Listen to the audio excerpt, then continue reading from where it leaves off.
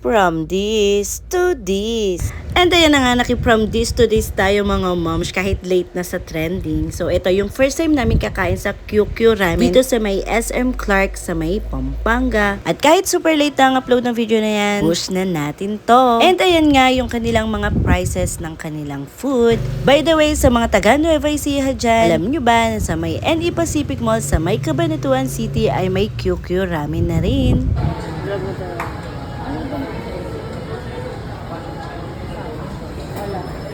And syempre, thank you sa aking sister na nag-treat sa amin ng lunch.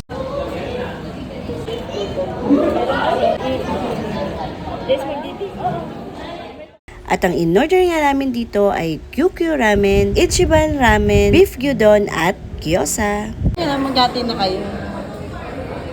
Gusto ko yung noodles. Kay Ate Mika. May iba kay Ate Mika. Ano tong to? QQ. Ito yung QQ Ramen. Tingnan mo 99 lang. tama. 99 pesos solo. Walang drinks to. Tikman natin yung sabaw.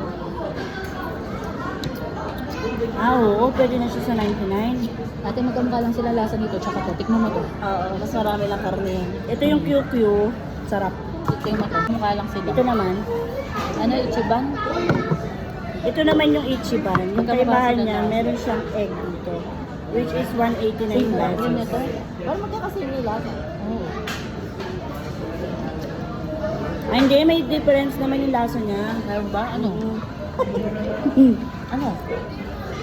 Tingnan mo, kung pa.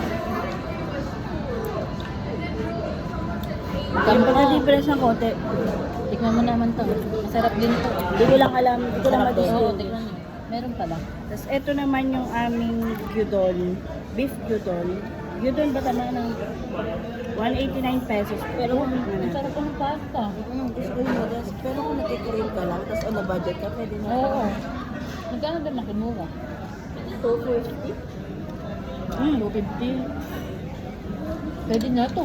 Masarap yung gyudon nila. Pero siyempre, Pero for me, masyadong konti yung serving. Nakamura talaga. Tsaka may Sa mga offer lasa, pang 8 California. out of 10. Sa serving, Parang 7 masarap out of ate 10. sushi.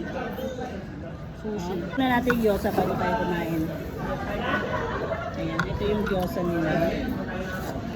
Nakamil na to guys. Sausaw natin. Oh, Lord.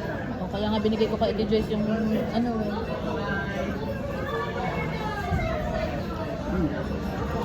dapat may ganito ang malapit doon.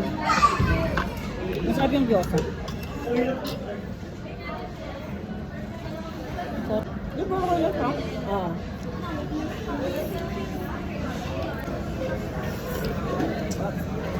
Tanong mo. Ang ganito na lang masarap. Ano sarap naman? Kung Ate Mika, marami daw serving.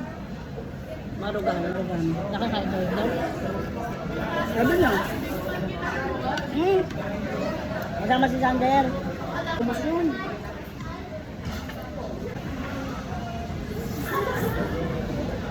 Hindi ko doon sa ano, street dancing.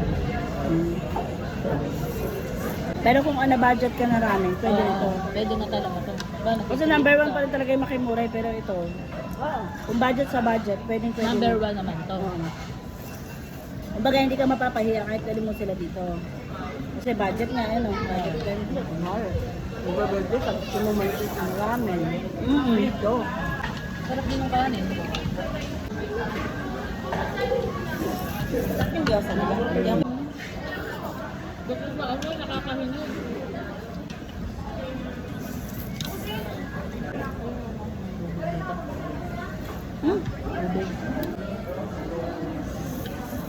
Pwede na. nabanggit lang sa akin yan ni ano. May take out sila nito eh, ano? Ay, Ano naman yun?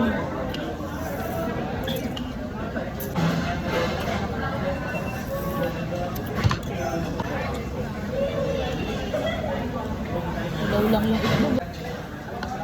Napaka-uti naman.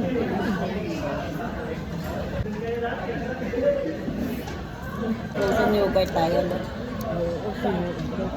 Yan, sa Dessert part natin na.